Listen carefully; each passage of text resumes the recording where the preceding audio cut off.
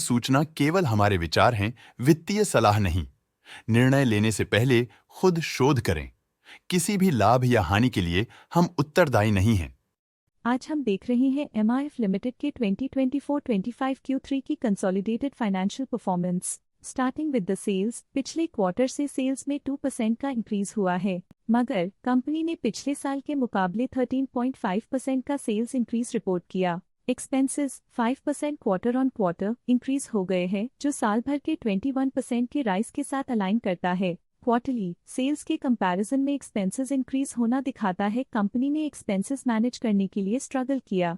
Company ने पूरी साल के दौरान चैलेंजेस का सामना किया। ऑपरेटिंग प्रॉफिट, जो पिछले साल के कंपैरिजन में -21% डाउन हुआ है, quarter on quarter around -17.5% decrease हुआ है। Operating profit margin OPM annual basis पे -5% से डिक्रीज हुआ है और पिछले क्वार्टर के कंपैरिजन में -3% से डिक्रीज हुआ है। एक्सेप्शनल आइटम्स को ऐड करके अदर इनकम पिछले क्वार्टर के कंपैरिजन में -13.5% गिर गई, बावजूद इसकी ईयरली ग्रोथ 26.5% हुई है। इंटरेस्ट एक्सपेंसेस पिछले क्वार्टर से 12% अप हुआ, लेकिन ईयर ओवर ईयर इंक्रीज 4% हुआ है। डिप्रिशिएशन कॉस्ट में 1% का क्लाइम देखने को मिला और ईयरली बेसिस पे 15% का इंक्रीज देखा गया। Profit before tax annually -38% decrease हुआ, लेकिन प्रोसीडिंग क्वार्टर से -33% डिक्रीज हुआ है। इस साल कंपनी ने 25% टैक्स पे किया और क्वार्टरली कंपनी ने 25.5% टैक्स पे किया है। नेट प्रॉफिट ने ईयर ऑन ईयर -38% का डिक्लाइन दिखाया,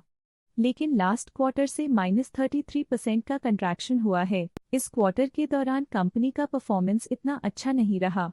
नेगेटिव नेट प्रॉफिट लॉसेस को इंडिकेट करता है। वहीं अगर एनुअल एनालिसिस की बात करें तो साल के दौरान कंपनी का परफॉर्मेंस अच्छा नहीं रहा। नेगेटिव नेट प्रॉफिट का मतलब है कि कंपनी प्रॉफिट के कंपैरिजन में नुकसान उठा रही है। अर्निंग्स पर शेयर EPS में ईयरली -38% का डिक्रीज देखा गया, लेकिन क्वार्टरली में 33% की गिरावट भी नजर आई। इस क्वार्टर में कंपनी का EPS इतना अच्छा नहीं रहा। नेगेटिव प्रॉफिट कमजोर एफिशिएंसी को दिखाता है।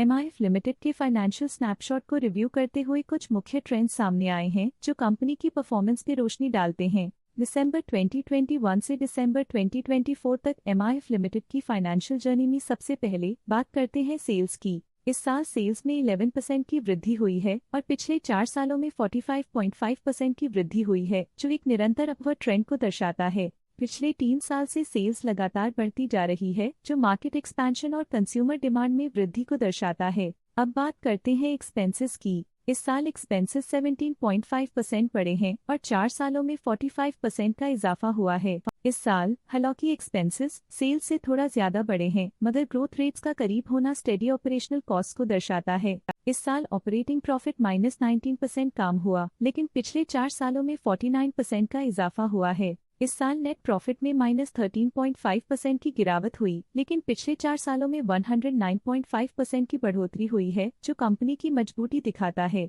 इस साल EPS में -13.5% की कमी के बावजूद लंबी अवधि में देखा जाए तो 109.5% की मजबूत वृद्धि हुई है। चलिए अब बात करते हैं शेयर होल्डिंग पैटर्न की। MIF की शेयर होल्डिंग रिपोर्ट्स कुछ इस प्रकार की हैं, जो दिसंबर 2024 के 31 तक चलता है। ये रिपोर्ट कंपनी के शेयर्स की डिटेल्ड जानकारी देता है, जिसमें promoters, promoter groups, foreign investors, public investors और सरकारी एंटिटीज शामिल हैं। प्रमोटर्स शेयर होल्डिंग 2024 के सितंबर में 27.77% से इंक्रीज होकर 2024 के दिसंबर में 27.8% तक का इंक्रीज देखा गया है। इस इंक्रीज से साफ होता है कि प्रमोटर्स का कंट्रोल कंपनी पे और मजबूत किया है। पब्लिक द्वारा हेल्ड शेयर्स का परसेंटेज 41.87% से इंक्रीज होकर 2024 के दिसंबर में 42.01% तक का इंक्रीज से देखा गया। ये चेंजेस स्टेट है कि पब्लिक की इन्वेस्टमेंट कंपनी में क्वार्टर टू क्वार्टर इंक्रीज हुई है। जब कंपनी के शेयर्स का मैक्सिमम हिस्सा पब्लिक के पास होता है, तब ये माना जाता है कि कंपनी कमजोर हाथों में है, जो बाजार की अस्थिरता और स्पेक्युलेटिव ट्रेडिंग को इंडिकेट करता है। DII डोमेस्टिक इंस्टीट्यूशनल इन्वेस्टर्स ने अपना शेयर होल्डिंग सितंबर 2024 में 11.68% से दिसंबर 2024 में 12% तक इंक्रीज किया। ये बताता है कि डोमेस्टिक इंस्टीट्यूशंस ने कंपनी में अपना इंटरेस्ट 0.32% तक इंक्रीज किया है। फॉरेन इंस्टीट्यूशनल इन्वेस्टर्स की शेयर होल्डिंग में थोड़ा डिक्रीज आया 2024 के सितंबर से 2024 के दिसंबर में, जो दिखाता है कि फॉरेन इंस्टीट्यूशंस ने अपने स्टेक को क्वार्टर टू क्वार्टर -0.49 से डिक्रीज किया है, जिसे पता चलता है कि उन्होंने अपनी इन्वेस्टमेंट्स को पुल बैक किया है। ये था कंपनी का करंट शेयर होल्डिंग पैटर्न। अब नजर डालते हैं MIF के स्टॉक रिकमेंडेशन पे। लोटस स्टॉक का करंट प्राइस 1,30,123 रुपीस चल रहा है। आनंद राठी ने स्टॉक की बाय रिकमेंडेशन दी थी।